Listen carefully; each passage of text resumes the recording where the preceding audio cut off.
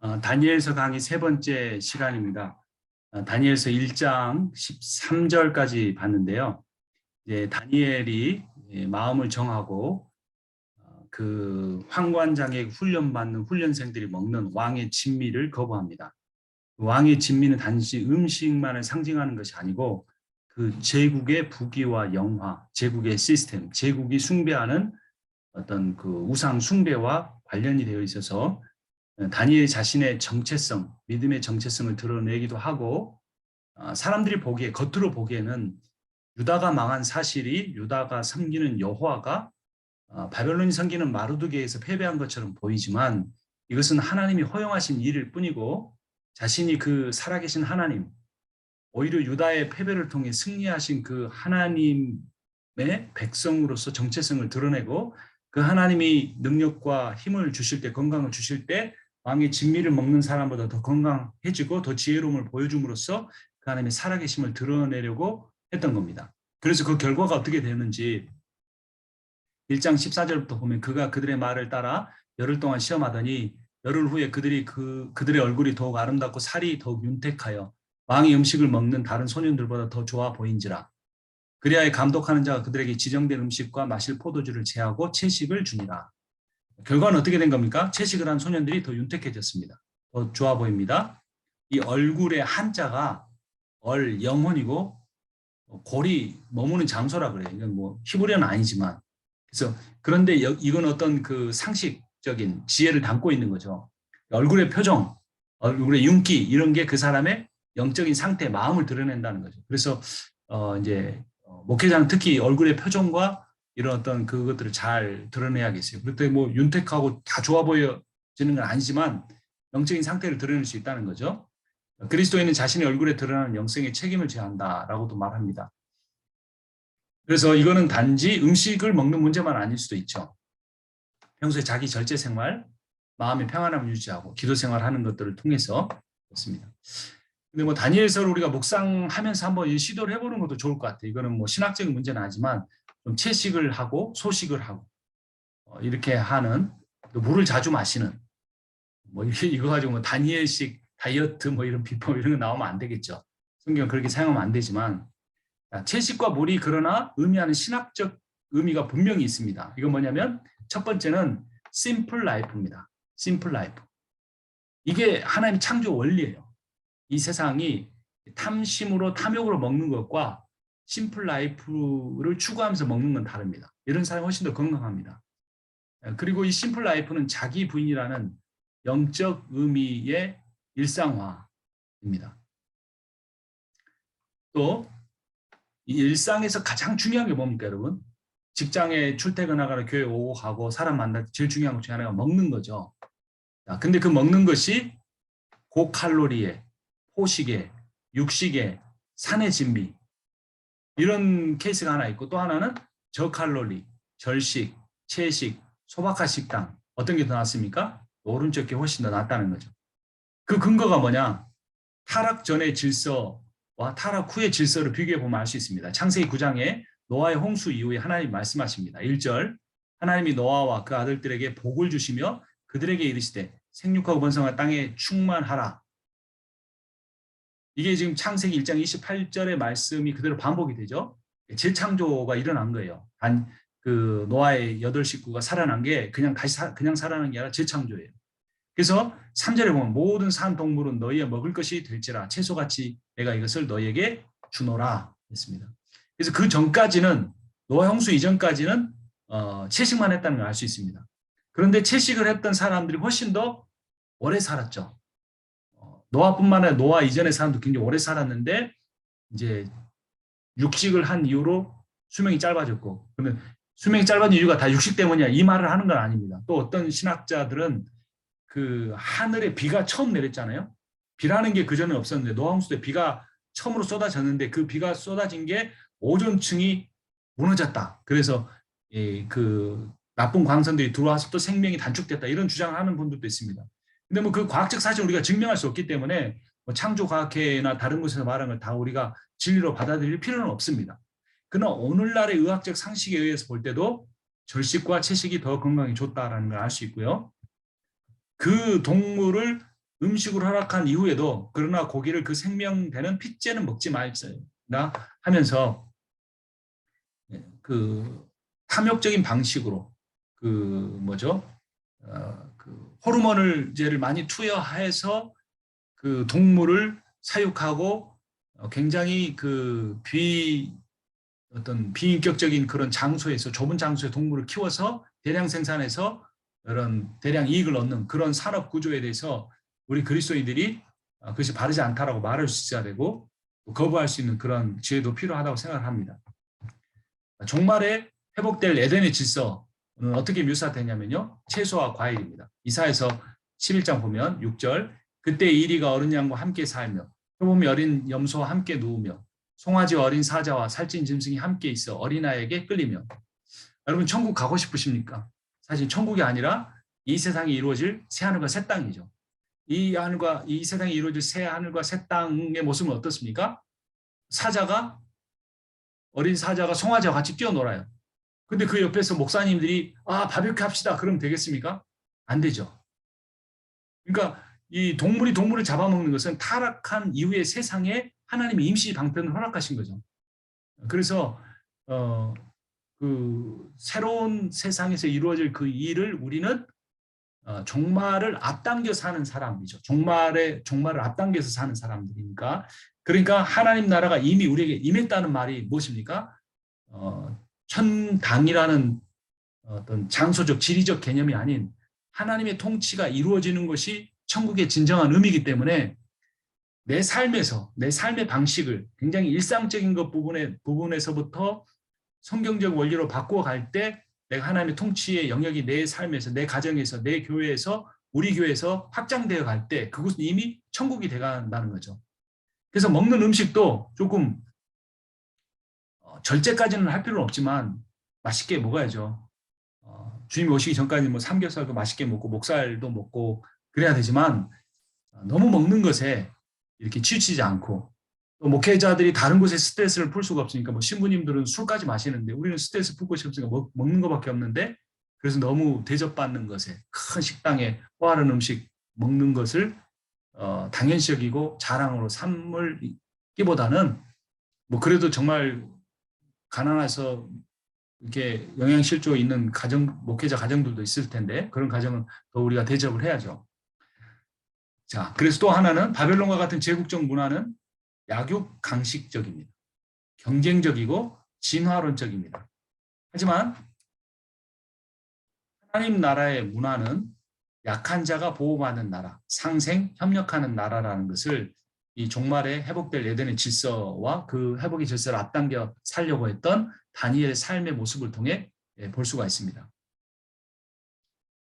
먹지 않아야 할 것과 심판이 연결이 되는데요. 구약 성경을 보면 열왕기상 18장 보면 19절 그런즉 사람을 보내 온 이스라엘과 이세벨의 상에서 먹는 바알의 선지자 450명과 아세라의 선지자 400명을 갈멜산으로 모아 내게로 나오게 하소서. 아합이 이에 이스라엘의 모든 자손에게로 사람을 보내 선지자들을 갈멜산으로 모은지라. 자, 여기에 빨간 글씨로 뭐라고 되어 있습니까? 이세벨의 상에서 먹는 바알의 선지자예요. 앞서 시편 23편을 인용하면서 여호와께서 내게 밥상을 차려주셨다라고 했죠. 하나님과 교제하는 거고 이세벨의 상에서 먹는 바알의 선지자란 말은 이세벨이 숭배하는 우상의 제단에 바쳐진 고기들을 나눠 먹는 선지자라는 의미입니다. 사람의 정체성을 뭘로 결정하고 있습니까? 먹는 거로 결정하고 있어요. 자, 여기 또 이해하기 힘든 이야기가 열왕기상 13장에 나옵니다. 좀 길지만 읽어봅니다. 그가 그 사람에게 이르되 나와 함께 집으로 가서 떡을 먹어라. 대답하되 나는 그대와 함께 돌아가지도 못하겠고 그대와 함께 들어가지도 못하겠으며 내가 그곳에서 그대와 함께 떡도 먹지 아니하고 물도 마시지 아니하리니 이는 여호와의 말씀이 내게 이르시기를 내가 거기서 떡도 먹지 말고 물도 마시지 말며 내가 오던 길로 되돌아가지도 말라 하셨음이니라. 그 사람에게 이르되 나도 그대와 같은 선지자라. 거짓말입니다. 천사가 여호와의 말씀으로 내게 이르기를 그를 내 집으로 데리고 돌아가서 그에게 떡을 먹이고 물을 마시게 하라 하였느니라 하니 이는 그 사람을 속임이라. 이에 그 사람이 그와 함께 돌아가서 그의 집에서 떡을 먹으며 물을 마시니라. 하나님의 말씀인 줄 알고 속아서 들어갔어요. 그들이 상 앞에서 앉아있을 때 여호와의 말씀이 그 사람을 데려온 선지자에게 임하니라. 속였던 그 선지자한테 진짜 말씀이 임한 거예요. 가짜 말씀을 전했는데 그래서 그가 대리로 전합니다. 21절 그가 유다에서부터 온 하나님의 사람을 향하여 외쳐 이르되 여호와의 말씀에 내가 여호와의 말씀을 어기며 내 하나님 여호와께서 내게 내리신 명령을 지키지 아니하고 돌아와서 여호와가 너더러 떡도 먹지 말고 물도 마시지 말라 하신 곳에서 떡을 먹고 물을 마셨으니 내 시체가 내 조상들의 묘실로 들어가지 못하리라 하셨느니라 합니다. 그래서 24절 보면 이에 그 사람이 가더니 사자가 길에서 그를 만나 물어 죽임에 그의 시체가 길에 버림받으니 나귀는 그 곁에 서 있고 사자도 그의 시체 곁에 서 있더라. 이 사람 정말 억울하죠. 하나님 먹지 말라고 한 거를 불순종했지만 다른 사람에서 하나님 명령이 바뀌었다고 해서 따라가서 먹었는데 그것 때문에 죽었어요. 먹는 게 얼마나 중요한지. 왜 하나님께서 그렇게 명령하셨냐면 그것이 하나님이 다스린 영역이 아니었기 때문에 먹고 마시는 것이 교제를 의미했어요. 고대 시대에는 누구와 함께 식사한다는 건 내가 그 사람과 똑같은 정체성을 가졌다는 의미를 표현하기 때문에 절대로 하나님의 말씀을 따르지 않는 자들과 먹지 말고 너는 임무만 완성하고 나오라고 했던 거예요. 그 말에 순종하지 않아서 죽었습니다. 이사야서 56장을 보면 9절에 들의 모든 짐승들아 숲 가운데의 모든 짐승들아 와서 먹으라. 이 개들은 탐욕이 심하여 족한 줄로 알지 못하는 자들이요. 오라 내가 포도주를 가져오리라. 우리가 독주를 잔뜩 마시자. 내일이 오늘같이 크게 넘치리라 하느니라. 우리가 성도들한테 설교할 수 있어야 됩니다. 용기를 가지고. 성경에서 술을 마시지 말라라는 구절이 정확하게는 없고 독주만 마시지 말라고 했다. 뭐 포도주를 치료용으로 썼다. 이런 이야기도 하지만 이사야서 56장에서는 그 술을 더하는 이유가 굉장히 탐욕적이라는 사실. 그런 것들을 하나님이 싫어하신다는 사실을 우리가 말할 수 있을 필요가 있는 것 같습니다. 그리고 과식이나 비싼 음식을 먹는 것도 그리스도인으로서 바람직하지 못하다. 바벨론 제국, 로마 제국, 현대 강대국들은 힘과 권력과 자아, 욕망을 숭배하는 나라들입니다. 그런 세속적 가치 속에 사는 것이 고통스럽지 않고 행복한 사람은 하나님 나라가 아닌 제국의 백성이라고 할 수 있습니다. 먹는 것, 음식과 술이 우상이 된 시대를 우리는 살아가고 있습니다. 여러분 그렇습니까? 안 그렇습니까? 먹방이 유튜버가 뭐 10만 명 이렇게 구독자를 건드리고 있죠. 마구마구 먹습니다. 저렇게 먹고도 몸이 견딜 수 있을까? 그리고 그걸 보면서 즐거워합니다. 또 요즘에는 모든 연예인들이 요리를 잘하는 게 대세가 됐습니다. 그게 나쁘다는 게 아닙니다. 먹는 것이 우상이 된 것이 문제라는 거죠. 그런데 지구의 반대편에서는 어떻습니까? 영양실조로 죽어가는 사람들이 많습니다.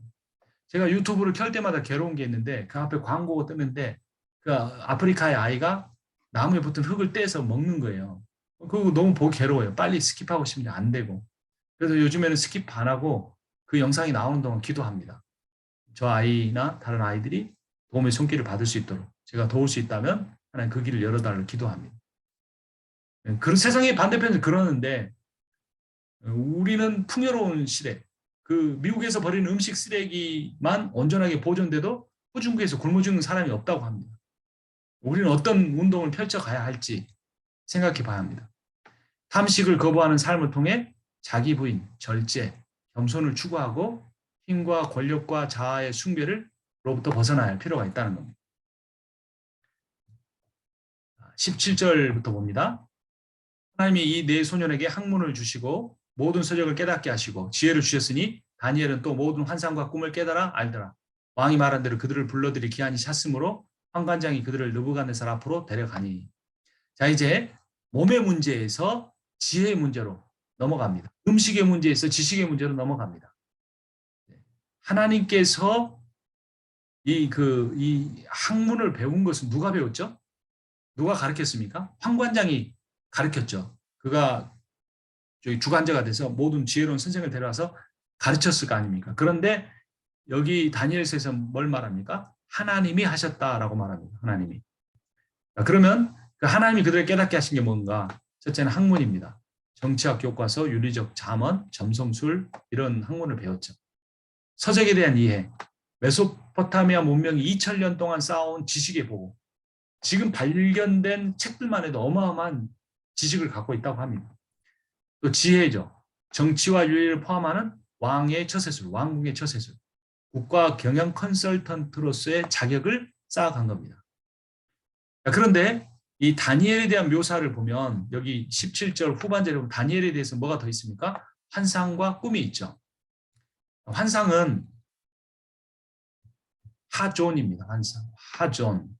이상이라고도 할 수 있고요. 꿈은 할로모트인데 몽조, 흉몽이나 길몽을 깨닫는 것. 그런 내용이죠. 그래서 이 부분이 꿈이 리빙 바이블에는 The Meaning of the Dreams and Visions라고 되어 있습니다. 깨달음에 해당되는 해비인이라는 히브리어는 분별력을 의미하기도 합니다. 그래서 꿈을 가지고 이게 어떤 것을 의미하는지 분별력, 이거를 체계적으로 훈련받았다는 거죠. 근데 다니엘이나 세 친구가 서적을 통해서만 아니라 지식적으로 통해서만 아니라 하나님의 도우심을 받아, 하나님의 영의 여호와의 영의 도우심을 받아 그런 것들을 잘 분별했다는 겁니다. 요셉의 경우도 꿈 해몽이 국가의 정책으로 이어졌죠.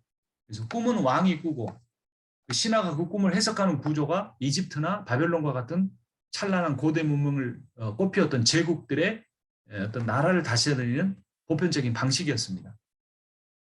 그래서 이제 뒤로 가면 다니엘서 2장, 4장이나 7장이나 7장부터 12장까지는 다니엘의 꿈 해석이 나옵니다. 근데 거기 내용이 보면 세상 나라와 하나님 나라 내용이 다 들어 있습니다. 정리해 보면 다니엘과 세 친구가 왕의 음식을 먹지 않는 이야기 뒤에 이들의 학업과 영성의 뛰어남에 대한 이야기가 나옵니다. 그래서 그들의 성취가 그리고 바벨론 신이 아닌 이스라엘 하나님께서 주신 것임을 강조합니다. 그러니까 예수 믿는 사람은 기도와 말씀만 강조해도 되는가? 아니라는 겁니다. 목사는 성경만 읽으면 되는가? 아니라는 겁니다. 인문학 서적도 읽어야 한다. 철학 서적도 읽고 과학 서적도 읽고 만화책도 보고 드라마도 보고 이게 폭넓게 봐야 한다는 거예요. 근데 그 폭넓은 학문에 대한 섭렵 과정에 여호와께서 함께 하셨다는 거예요. 그러니까 우리가 우리의 욕심과 우리의 어떤 말초신경이 원하는 대로 마음껏 보는 게 아니라 목회자로서 설교와 목회적 양식을 쌓아가기 위한 관점에서 인문학과 과학서적과 여러 폭넓은 지식도 우리가 배워갈 필요가 있다는 거죠. 그래서 하나님을 아는 지식은 특별 계시만 있는 게 아니라 창조 계시에 나타나는 일반 은총을 통해서도 배울 수가 있습니다. 시편 19편 1절을 보면 하늘이 하나님의 영광을 선포하고 궁창이 그의 손으로 하신 일을 나타내는 거다. 우주를 보면 어떤 천문학을 보면 하나님의 영광이 드러난다는 거예요. 그러니까 바벨론과 이집트는 점성술이 매우 발달했는데 그 점성술은 모두 다 미신적인 것이다라는 게 아니에요. 그러니까 그들은 같은 데이터베이스를 가지고도 우상을 숭배하지만 다니엘은 같은 데이터베이스를 배움으로써 그 별들을 지으신 하나님을 찬양할 수 있다는 거예요. 그러나 다니엘이 점성술을 배우지 않으면, 천문학을 배우지 않았으면 하나님을 찬양하는 것이 굉장히 추상적이고 신앙적, 종교적 영역에만 머물 수 있었다는 겁니다. 또 날은 날에게 말하고 밤은 밤에게 지식을 전한다라고 말합니다. 일반 지식이 중요하다는 거죠. 로마서 1장 20절 보면 창세로부터 그의 보이지 아니하는 것들 곧 그의 영원하신 능력과 신성이 그가 만드신 만물에 분명히 보여 알려졌나니. 창조 세계에는 창조주 하나님의 지혜와 지식과 능력이 드러나 있어요. 과학을 배우면 배울수록 하나님이 멀어져 가는 게 아니라 그런 어떤 종교적 신앙에서 우리가 탈피를 해서 과학을 배우면 배울수록 이 놀랍고 정교한 창조 세계를 보면서 하나님의 정밀하심을 찬양해야 되는데 문제는 과학 서적과 과학에 대한 체계적 지식을 그대로 배우려고 하지 않고 거기서 뭔가를 섭렵하려고 하지 않고 창세기에서 과학을 배우려고 그러는 거예요. 그러니까 문제가 생기는 거예요. 그리고 교회에서 창세기에서 뿜어낸 과학을 가지고 이 하나님의 일반 은총 속에 만들어진 그 수많은 과학적인 것들을 다 재단해 버리는 거예요. 그러니까 이게 모순이 되고 충돌이 되는 거죠. 과학적 사실이 새롭게 발견되면 우리는 하나님의 더 놀라우신 유전자를 통한 역사하신 그 하나님들 다 볼 수가 있어야죠. 그래서 그것을 다 배우면 그들이 핑계하지 못합니다. 온 세상 만물을 보면 이것을 창조하신, 설계하신 지혜로우신 하나님이 계시다는 사실을 부인할 수 없게 되는 거죠. 이게 하나님 아는 지식에서 파생된 지식들입니다. 19절을 보면요. 왕이 그들과 말하여 봄에 무리 중에 다니엘과 하나냐와 미사엘과 아사랴와 같은 자들이 없으므로 그들을 왕 앞에 서게 하고 왕이 그들에게 모든 일을 묻는 중에 그 지혜와 청명이 온 나라 박수와 술객보다 10배나 나온 줄 아니라. 빨간색으로 된 지혜와 청명은 정보력과 균형 잡힌 판단력입니다. 리빙 바이블의 Information and Balance Judgment이라고 되어 있습니다. 지혜와 총명 그럼 되게 와닿지가 않은데 정보력이 있었다고요. 정보력은 어디서부터 옵니까? 일반 학문을 잘 암기하고 습득한 거예요. 그리고 그런 지식만 아니라 균형 잡힌 판단력이 있었어요. 막 다 모든 걸 기도해서 결정해버리는 게 아니고 분별력, 리더십이 있었다는 거예요. 제가 이제 일반 회사를 풀타임으로 다니고 있는데요. 그 회사의 운명을 결정하는 것은 CEO입니다. 아무리 뛰어난 직원이 있어도 CEO가 투자를 어디다가 얼만큼씩 하고 어떻게 그 회사를 꾸려갈지가 그 회사의 80%는 결정하는 것 같아요. 그래서 그런 그 목회자가 리더십을 갖고 있잖아요. 선교단체에서도 선교사님들이 리더십이 있잖아요. 그 리더십을 성경도 배워야 되지만 이 일반적인 정보력과 균형 잡힌 판단력을 얻기 위해서 내가 무엇을 해야 될지를 고민하고 혼자 하기 힘들면 같이 해나가야 되는 거죠. 거기서 가장 중요한 거는 독서입니다. 그리고 대화, 토론. 그냥 자기가 배운 신학, 자기가 졸업한 신학교, 자기가 교단에 속한 그 교리에 딱 매여가지고 막 싸우는 게 아니라 오픈 마인드를 가지고 책을 읽고 토론하고 같이 기도하고 이런 일들이 필요한 거죠. 여기 10배가 뛰어나다 그랬죠? 이 10이라는 숫자가 어디에 나왔죠? 아까 10일 동안 최소한 채식과 물만 먹었잖아요. 그 10이라는 숫자가 같이 교차 대꾸를 이룸으로써 이게 그들의 믿음에 그대로 대꾸 이루어서 그들의 지혜와 청명이 10배, 10배로 갔다. 이런 거를 문학적으로 강조하는 겁니다. 이 숫자가 허구라는 의미가 아니라 그 숫자가 실제지만 그 실제를 성경에 기록할 것인가 말일 것인가는 저자가 결정하는 일이잖아요. 그러니까 그 문학적 구조를 통해서 저자가 이들의 10배의 지혜와 청명이 열흘 동안 믿음으로 채식과 물만 마신 그들의 믿음으로부터 나왔다라는 그런 것을 강조합니다. 여기 나오는 이제 박수는 남자 무당을 가리킵니다. 하루롬이라고 하는 히브리어인데 점성술사, 마술사. 박수라고 했으면 좀 개역 한글판에서 개역 개정판을 바꿀 때는 단어를 바꾸면 얼마나 좋겠습니까? 근데 이런 단어를 그대로 쓰면서 성경만 개정했어요. 한번 바꾸면 교단에서 그 지출하는 교인들이 지출하는 비용이 얼마나 큰데 술객은 또 뭡니까? 점성술사인데 왜 이거를 이렇게 안 고쳤을까요? 제가 그 옥스퍼드 원어 대전의 책을 집필하는 일을 했었는데요. 참 개역 개정판이라는 그 번역본이 나오는 과정이나 그 결과물이 너무나 안타깝습니다. 자, 그리스도인은 어떻게 살아야 되는가? 이 다니엘과 세 친구를 볼 때 다니엘을 가장 사람들이 좋아합니다. 요셉은 별로 안 좋아해요. 요셉은 너무 고난이 심하잖아요. 다니엘에 대해서 그 심한 고난이 별로 안 나오니까 다니엘을 얼마나 어머니들이 좋아하는지 몰라요. 그리고 목사님들이나 또 이런 리더들이 이 엘리트주의 고지론 이야기하면서 다니엘을 많이 사용합니다. 그런데 권력과 부와 지식을 가지면 수많은 사람들이 초심을 잃고 변질됩니다. 그래서 미답지론을 강조하는 분이 있습니다. 이거는 이제 경영학에서 보면 좀 블루오션이라고도 하는데요. 레드오션은 경쟁이 치열하고 블루오션은 아직 개척되지 않은 시장을 말하는데 미답지론은 이 창세기 1장 28절에 아까 창세기 9장 1절에서 생육하고 번성한 땅이 충만하고 정복하라고 한 그러니까 그리스도인은 흩어져야 되는 흩어져서 세상을 지배하는 하나님의 대리 통치자로 서야 되는데 거기서 미답지론인 거죠. 선교에서도 굉장히 중요할 수도 있을 것 같아요. 어떤 복음이 전파되지 않는 것, 미전도 종족이 있는 곳으로 가는 것이 중요하겠죠. 이미 많은 선교사님들이 몰려있는 곳에 또 거기 선교사가 오고 하는 거는 거기가 위치가 중요하니까 더 갈 수도 있겠지만 세상의 흐름을 읽고 앞서가는 거죠. 이거하고 세상의 흐름을 말씀으로 바로잡는 거 뭐가 더 중요할까요? 자, 경영학에서는 그런 걸 말합니다. 세상의 흐름을 읽지 못하고 뒤처져 있는 사람 또는 반대로 가는 사람이 있지만 세상의 흐름이 어떻게 될지 읽고 앞서가는 거. 그래서 유튜브 같은 데 주식 방송 같은 거 들어보면요. 미시경제가 아니라 거시경제를 말합니다. 미국의 금리와 모든 걸 이야기하면서 앞으로 세상에 일이 간다. 4차 산업혁명이 일어난다. 그러니까 이렇게 어떤 주식에 투자해야 한다. 이러는데 교회에서도 똑같이 강조해요. 4차 산업혁명이 일어나니까 교회는 줌을 사용하고 뭐 유비쿼터스가 뜨고 이렇게 말하는 거예요. 세상의 흐름을 읽고 거기에 앞서가는 거 빨리 따라가야 그런 교회가 뒤처지지 않는다. 이게 경영학과 교회의 이름만 바꿨지 다른 게 하나도 없어요. 그걸 무시하자. 옛날 방식으로 하자. 줌을 하지 말자. 그런 말이 아닙니다. 줌이 없으면 어떻게 호주와 한국과 미국이 이렇게 연결되겠습니까?